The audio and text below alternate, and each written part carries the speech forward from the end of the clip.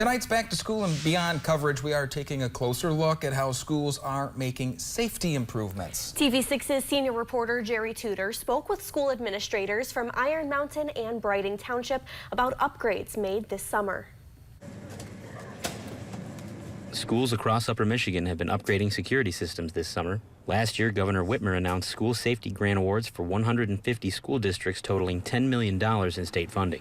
Iron Mountain was among the highest awards with $250,000. Primary focus of the grant was exterior doorways, such as fire door exits and our main entrance door for both Central Middle School and the Izzo-Mariucci Center.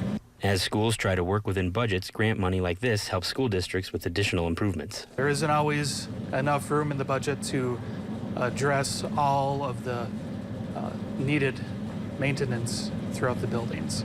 And so supplementary grants like this help us address those. Breitung Township Schools was also awarded grant money to improve school safety. The district received 3 different grants to replace doors and card readers, add additional security cameras, and get 2 school resource officers.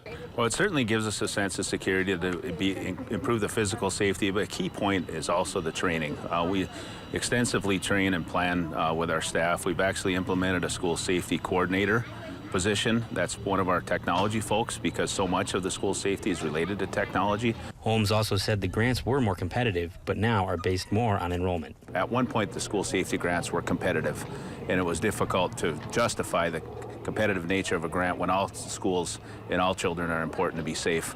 And they've done a better job this year of making those less competitive and more based on per pupil funding. The first day of school for Iron Mountain is August 30th. For Breitung Township Schools, it's August 28th.